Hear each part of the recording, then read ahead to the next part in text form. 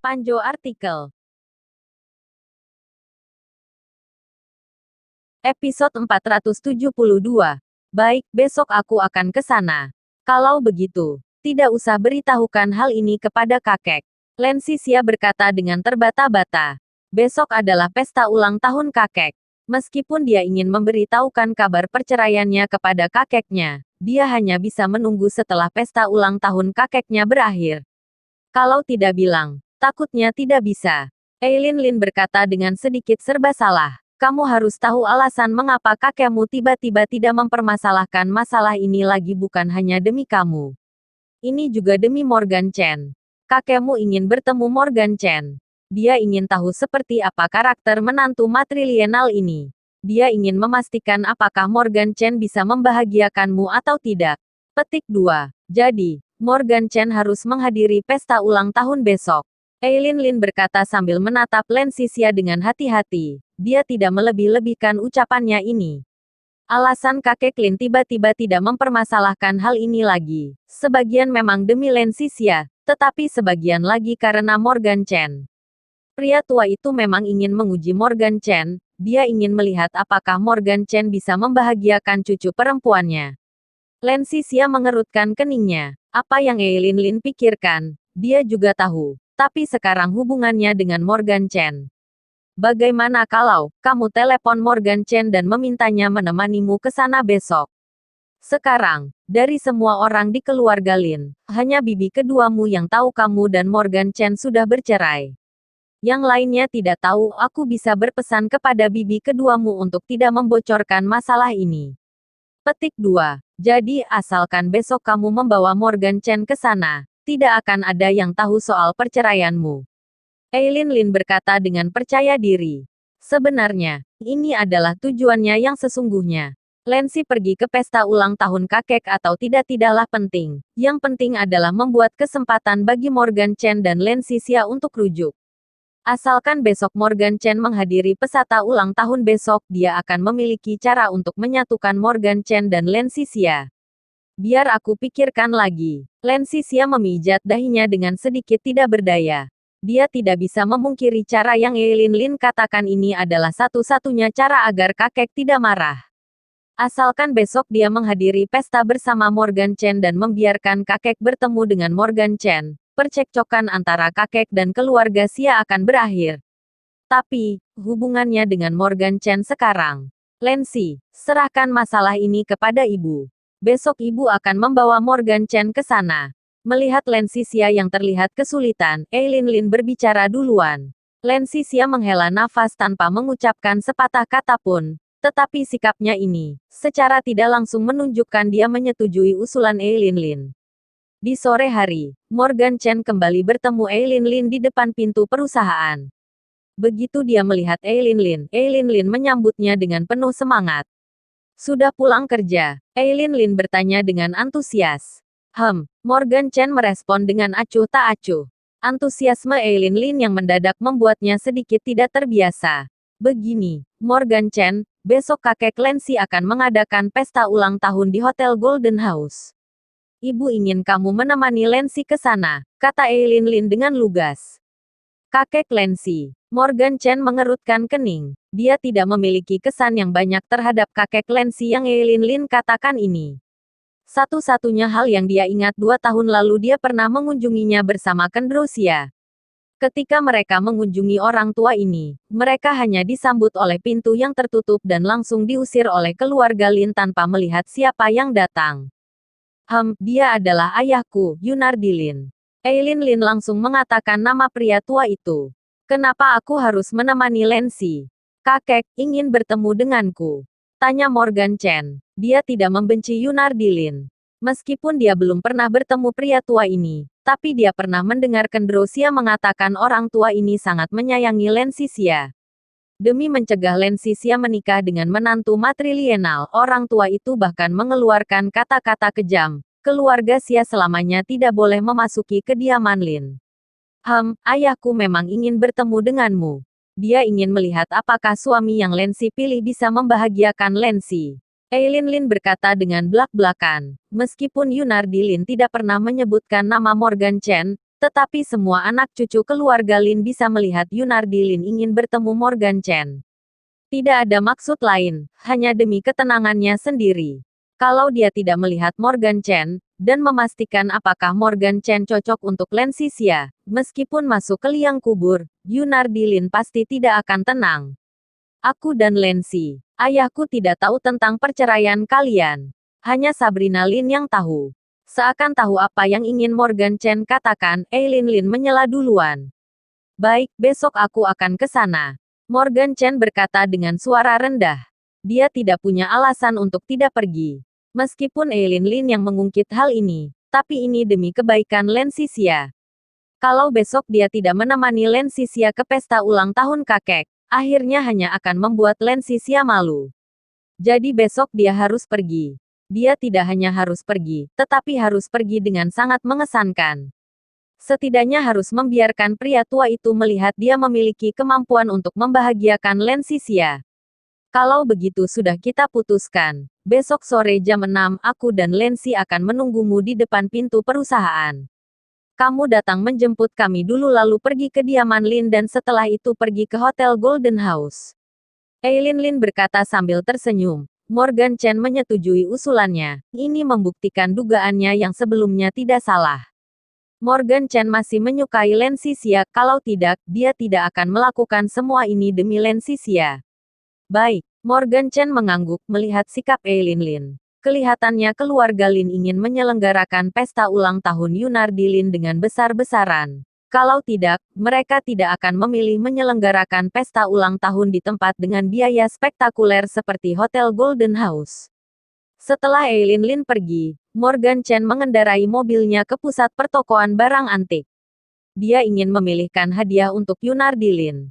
Ini adalah ulang tahun Yunardi Lin yang ke-80. Di hari itu pasti akan hadir banyak orang-orang penting di keluarga Lin. Dia dan Lin Xixia sebagai orang yang lebih muda, tentu saja tidak boleh datang merayakan ulang tahun orang yang lebih tua dengan tangan kosong. Jadi, dia harus membawa hadiah. Adapun hadiahnya, Morgan Chen sudah memikirkannya. Pertama-tama, nilai hadiah tidak boleh terlalu mahal. Kalau terlalu mahal, akan merebut sorotan anggota keluarga Lin yang lain, dan itu tidak sesuai identitasnya sebagai menantu matrilienal. Tapi hadiahnya tidak boleh terlalu murah. Kalau hadiahnya terlalu murah, pasti akan mempengaruhi kesan kakek Lin terhadapnya. Dan anggota keluarga Lin yang lain juga akan meremehkannya. Dan pada akhirnya, akan membuat Lin Xixia kehilangan muka. Jadi, cara yang terbaik adalah memilih hadiah yang layak dan disukai oleh orang tua. Setelah memarkir mobilnya di tempat parkir di depan pusat pertokoan barang antik, Morgan Chen keluar dari dalam mobil dan berjalan ke pusat pertokoan barang antik. Meskipun di dalam pikirannya ada perkiraan, Morgan Chen masih belum tahu hadiah apa yang akan dia diberikan. Morgan Chen tidak tahu banyak tentang Yunardi Lin. Dia bahkan tidak tahu apa yang suka dilakukan oleh orang tua ini dalam kehidupan sehari-hari. Satu-satunya hal yang dia tahu adalah pria tua itu adalah pengusaha yang mulai dari nol. Morgan Chen tidak tahu hal-hal seperti apa yang disukai orang-orang seperti itu. Jadi dia pergi ke beberapa toko barang antik tanpa mendapatkan apapun. Setelah menghela nafas, Morgan Chen mengalihkan pandangannya ke sebuah bangunan bertingkat 3 yang berukuran 10 meter persegi. Episode 473. Tolong berhenti. Treasure Pavilion. Dua kata tertulis dengan sangat indah di atas plakat emas. Bahkan orang-orang yang tidak mengerti tentang kaligrafi juga bisa melihat dua kata ini pasti ditulis oleh tokoh kaligrafi yang terkenal. Treasure Pavilion ini jelas merupakan toko barang antik paling berkelas di pusat pertokoan barang antik ini. Bahkan Morgan Chen yang berdiri di luar pintu juga bisa merasakan aura Treasure Pavilion. Semoga di Treasure Pavilion ini ada barang yang dia inginkan. Morgan Chen menyipitkan matanya, lalu melangkahkan kakinya ke dalam Treasure Pavilion. Tapi begitu dia sampai di depan pintu, dia dihentikan oleh sebuah tangan yang besar. Tolong berhenti. Seorang pria parubaya yang mengenakan pakaian ketat berwarna hitam, bertubuh tegak dan berekspresi wajah dingin, berdiri di pintu seperti pedang, menatap Morgan Chen dengan tatapan tanpa ekspresi. Morgan Chen sedikit mengernyitkan dahinya. Tak disangka pria parubaya ini memiliki ilmu bela diri. Dan, levelnya tidak rendah. Kenapa kamu tidak mengizinkan aku masuk? Morgan Chen menyipitkan matanya. Pria parubaya di depannya jelas bukan orang Treasure Pavilion. Dia lebih seperti pengawal pribadi dari keturunan klan besar. Karena Nona dan Tuan Muda saya ada di dalam. Setelah mereka keluar, Anda bisa masuk. Nada bicara pria parubaya itu tenang. Tetapi dalam ketenangan ini, ada kesombongan yang tidak diragukan. Kalau aku bersikeras mau masuk, Morgan Chen berkata dengan santai. Dengan dingin pria parubaya itu berkata, kamu bisa mencobanya. Hei, Morgan Chen terkekeh, lalu bersiap melangkah maju. Melihat Morgan Chen benar-benar berani memaksa untuk masuk, raut wajah pengawal parubaya itu tiba-tiba menjadi dingin. Dia mendengus lalu menjulurkan tangannya di depan dada Morgan Chen untuk menghentikannya. Lalu dia mengarahkan serangan tangan pisau ke dadanya. Serangan tangan pisau pengawal parubaya ini tidak sampai menggunakan 1/10 dari kekuatannya. Meskipun dia mengeluarkan tidak sampai 1/10 dari kekuatannya, tapi kalau digunakan untuk memukul orang biasa setidaknya bisa mematahkan tulang dada orang biasa. Pria parubaya itu mengangkat sudut bibirnya dan menunjukkan senyuman sinis. Kalau dugaannya tidak salah, jika dia menyerangnya dengan serangan tangan pisau, luka paling ringan yang akan Morgan Chen derita adalah dia akan muntah darah dan terbang keluar. Sambil memikirkannya, serangan tangan pisau menebas dada Morgan Chen. Tapi adegan Morgan Chen muntah darah dan terbang keluar tidak terjadi. Yang terjadi malahan Morgan Chen melangkahkan kaki dengan santai di Treasure Pavilion dalam keadaan baik-baik saja. Ada apa ini? Senyuman di sudut bibir pengawal parubaya itu langsung membeku, dan di matanya muncul tatapan tidak percaya. Dia merasa serangan tangan pisau yang baru saja dia luncurkan kepada Morgan Chen seperti menggelitik Morgan Chen, dan tidak membuat Morgan Chen merasakan apa-apa. Ini, saat pengawal parubaya itu sedang memikirkan kejadian barusan, Morgan Chen sudah masuk ke dalam Treasure Pavilion. Saat ini, di dalam Treasure Pavilion yang sangat besar ini hanya ada beberapa orang. Selain beberapa karyawan toko, tidak ada pelanggan lain. Jelas sekali, semua ini adalah jasa pengawal parubaya ini. Beberapa karyawan toko menatap Morgan Chen dengan heran. Mereka tidak mengerti bagaimana Morgan Chen bisa menerobos ilmu bela diri pria parubaya itu.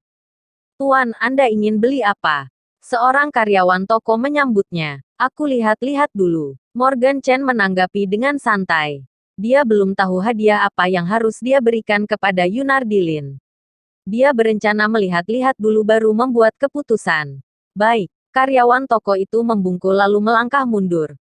Sebagai karyawan Treasure Pavilion, mereka tentu saja tidak dapat memiliki penyakit suka menilai orang berdasarkan penampilan mereka. Kendatipun pakaian Morgan Chen biasa-biasa saja, mereka tidak akan meremehkan Morgan Chen. Kakak, apakah tetua SWAT Clan bisa terbang sambil menggunakan pedang? Saat Morgan Chen sedang berkonsentrasi memilih hadiah untuk Yunardilin, suara yang akrab terdengar di telinganya. Tidak bisa. Seiring dengan suara yang akrab ini, ada suara jernih lainnya yang seperti kicauan burung oriole. Jelas sekali pemilik suara ini adalah seorang wanita muda. Tidak bisa. Kenapa tidak bisa? Ini tidak seperti yang tertulis dalam novel pendekar. Terbang sambil menggunakan pedang hingga ribuan mil jauhnya, dan mengangkat orang dengan mudahnya. Wirnandiyu, kamu sendiri yang mengatakannya. Itu novel pendekar. Kenapa kamu menganggapnya serius? Selain itu, aku, kakakmu, mempelajari ilmu bela diri, bukan seorang dewi. Wanita dengan suara seperti kicauan burung oriole menyela kata-kata Wirnandiyu dengan sedikit tidak berdaya. Saat dia hendak memberitahu Wirnandiyu untuk kurangi membaca novel-novel pendekar, dan lakukan lebih banyak hal yang berguna, dia melihat pandangan mata Wirnandiyu tertuju pada seorang pemuda. Kak Morgan, Wirnandiyu berteriak dengan kaget. Apa yang kamu lakukan di sini? Morgan Chen bertanya sambil tersenyum. Yang mengajukan pertanyaan kepada wanita itu ternyata memang Wirnandiyu. Aku menemani kakakku membeli hadiah, kata Wirnandiyu. Oh ya, Kak Morgan, ini kakakku, Stella Yu. Wirnandiyu memperkenalkan dengan penuh semangat. Morgan Chen mengangguk sedikit lalu mengalihkan tatapan matanya ke arah wanita muda di samping Wirnandiyu.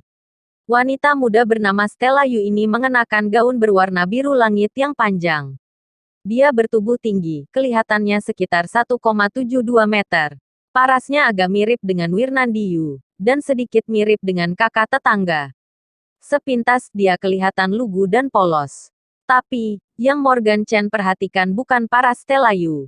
Yang menarik perhatian Morgan Chen adalah pedang panjang yang dibawa Stelayu di punggungnya. Meskipun terhalang oleh sarung pedang, Morgan Chen bisa merasakan aura pedang itu yang tak tertandingi. Jelas sekali apa yang dibawa Stelayu di punggungnya bukanlah pedang mainan.